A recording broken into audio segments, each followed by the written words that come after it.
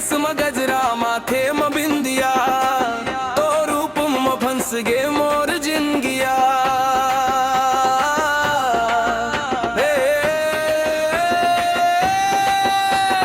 नदिया किनारे जब तय आवस, चुपके मोला देख के हंसस। पायल के छन छन बाजे गली माँ, मोर दिल धर करके तोर बोली माँ। गजरा वाली रे, गजरा वाली रे, तोर माया में पड़ के मोर मनवा रे। गजरा वाली रे, गजरा वाली रे, तोर माया में पड़ के मोर मनवा रे।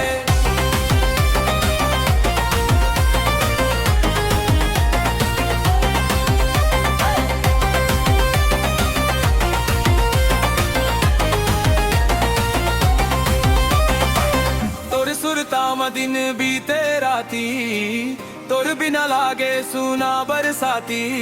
हाथ में हाथ धर ले संगवारी, बन जा मोर जीवन के रानी प्यारी। लाल चुनरिया जब लहरावस, मोर नैना में सपना बन के आवस। कमर के मेला मते सज के आइस। देखत ही मोर करे जा हर खाइस।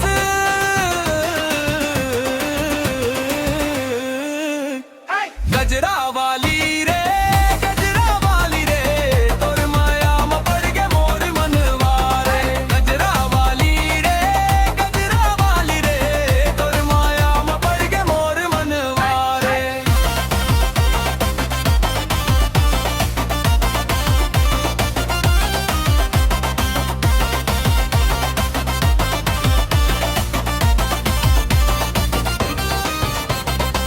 झुमका झूले गजरा महकाए, तोर रूप देख के चंदा शर्माए।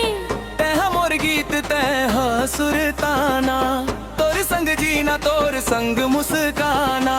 जन्म जन्म के नाता बनावो, तोर माया ला दिल में सजावो। गजरा वाली मोर गजरा वाली, तोर माया लागे मीठी मिश्री डाली।